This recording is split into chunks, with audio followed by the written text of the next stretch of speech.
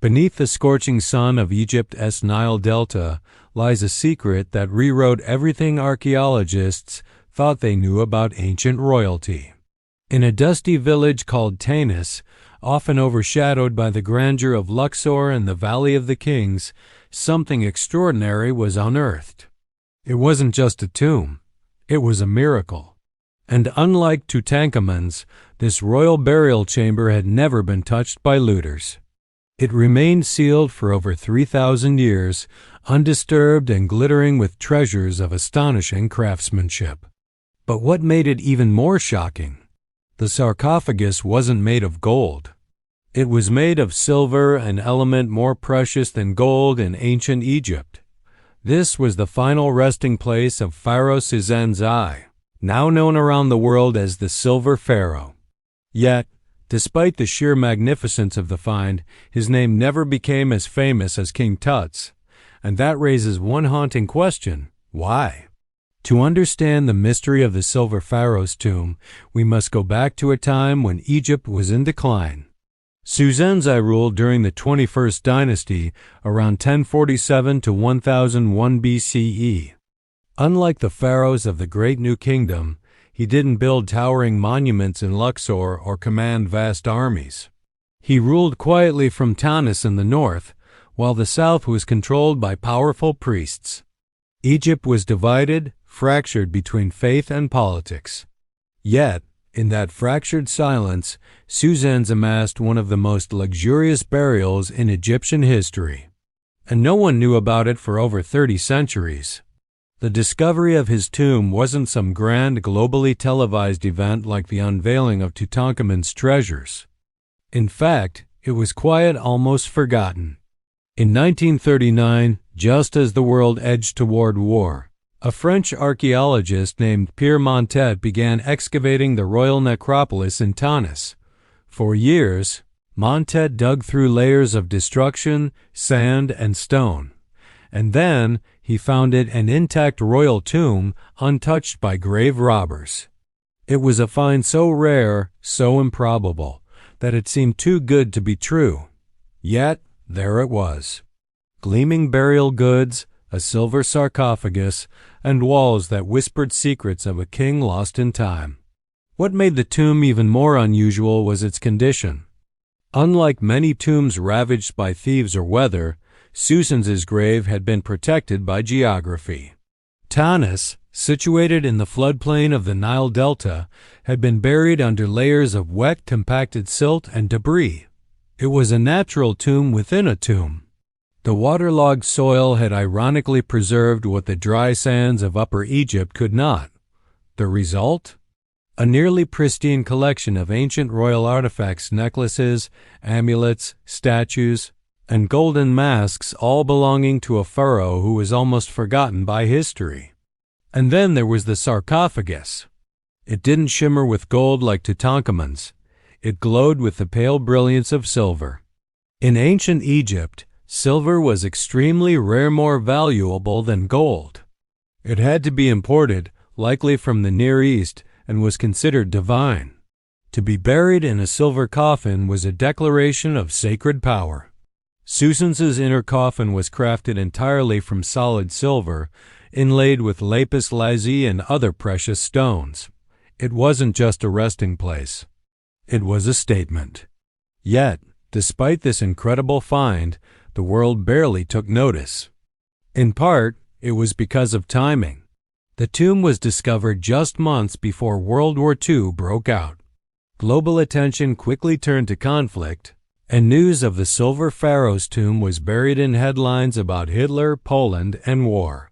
While Tutankhamun's tomb was revealed in a time of peace and captured the world's imagination through photography and museum exhibitions, Psusennes' legacy was quietly catalogued and largely ignored.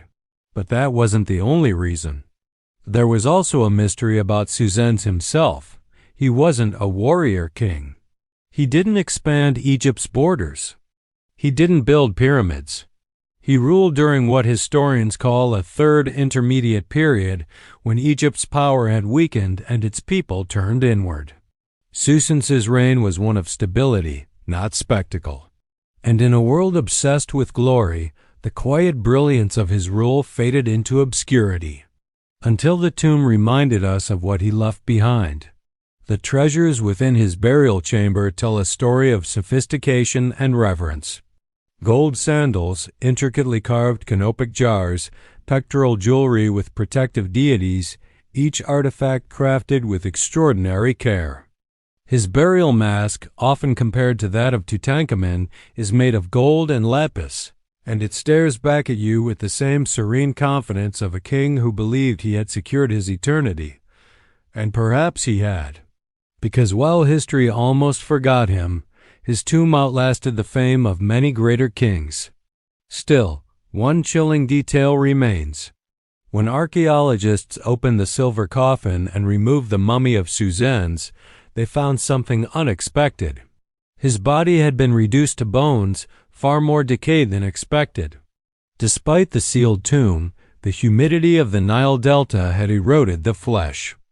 Unlike the preserved bodies in dry tombs of Upper Egypt, Psusennes had decomposed faster. Only the bones remained.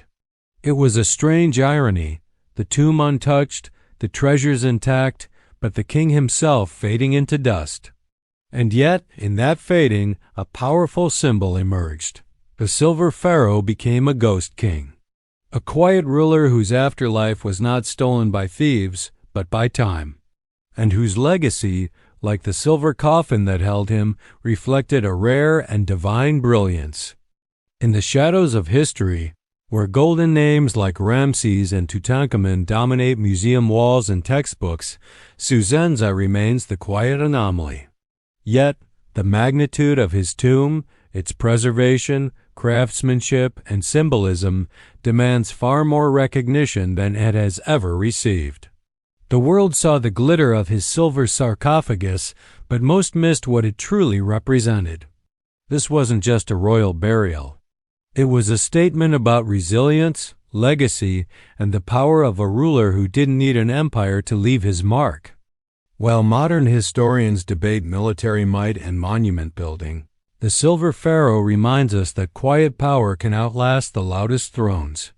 One of the most fascinating aspects of Psusennes I tomb is how different it was from other royal graves in Egypt. The layout lacked the grandeur of the Valley of the Kings, yet it was steeped in intimate artistry. The walls were decorated not with epic war scenes but with religious texts, hymns, prayers, and invocations designed to carry the pharaoh safely into the afterlife. Psusennes wasn't trying to impress the living. He was preparing to meet the divine. And every detail from the sacred gold items to the carved alabaster was chosen for spiritual purpose. Unlike many tombs built for show, his was built for eternity. Despite the decay of his body, scientists were still able to learn a great deal from what remained. Forensic analysis of his skeleton showed that Psusennes lived into his 70s, a remarkable age for an ancient Egyptian pharaoh. He had severe arthritis, lost many teeth, and likely ruled from his palace in Tanis with the wisdom of age rather than the strength of youth. But more telling was the care in which he had been mummified. The embalmers had used advanced techniques, some no longer seen in later periods. This shows the level of respect he commanded, even in a time when Egypt's political structure was fractured. He was without doubt a king who mattered. Still, the greatest tragedy of his story is how easily he was forgotten. While Tutankhamun's fame soared thanks to a media-savvy 1920s world obsessed with mystery and glamour, Psusennes was discovered on the eve of global disaster. World War II overshadowed Montet's discovery, and the public's attention was pulled away from ancient tombs to tanks, trenches, and tyranny. The Silver Pharaoh never had his moment in the spotlight. No international tours, no pop culture fascination, no Hollywood reimaginings, just a silent burial site, rich with artifacts, waiting to be rediscovered by a new generation who might finally ask, why did we ignore this? In the decades since, the artifacts from Psusennes' tomb have slowly begun to find recognition. Today, Many are displayed at the Egyptian Museum in Cairo, and scholars are increasingly revisiting the importance of his reign. His silver sarcophagus remains a marvel of metallurgy, a reminder that the ancient world valued silver not just for rarity, but for sacred purity. In Egyptian mythology, silver was associated with the bones of the gods, just as gold represented their flesh. To be buried in silver wasn't just extravagant. It was holy. It was eternal. And yet, there is something haunting about the tomb. Despite its riches, despite its preservation, it feels like a monument built to be forgotten. A king buried far from the traditional capitals. A tomb that survived not because it was protected, but because no one came looking. Psusennes was a ruler in the quiet years of Egypt. And perhaps he knew that his legacy would not be carried in stories of conquest, but in the enduring beauty of what he left behind. So, what can we learn from the tomb of the Silver Pharaoh today? First, that history doesn't always favor the loudest voices. Sometimes it is the quiet rulers, the ones who held peace in difficult times, who deserve the most respect. Psusennes ruled with wisdom, with faith, and with an eye on the eternal rather than the fleeting. His tomb reflects that calm strength. Second, the story of his rediscovery is a warning about timing and attention. How many treasures of the ancient world remain buried, uncelebrated, simply because we're too distracted by the chaos of the present? Pierre Montet's find should have shaken the world. But history, like tombs, is often forgotten until someone dares to dig deeper. And finally, the tomb reminds us that legacy is not built on fame. It's built on meaning. Psusennes may never become a household name, but his silver coffin still gleams with a quiet defiance, whisper across 3,000 years that says, "I was here. I mattered." As we move deeper into the 21st century, with new technologies like satellite archaeology and ground-penetrating radar, Egypt continues to reveal more of its secrets. Perhaps more tombs like Psusennes's are waiting beneath the sands. Perhaps the next Silver Pharaoh is already buried, waiting for light to find him. But until then, Psusennes I remains a king unlike any other, not because of war, not because of glory, but because in silence he endured. So the next time you think of ancient Egypt, don't just picture golden thrones or desert pyramids. Picture a forgotten king lying in the flooded ruins of Tanis, a king who wore silver like the bones of the gods, a king who ruled not for the headlines but for the afterlife, and somehow, against all odds, won.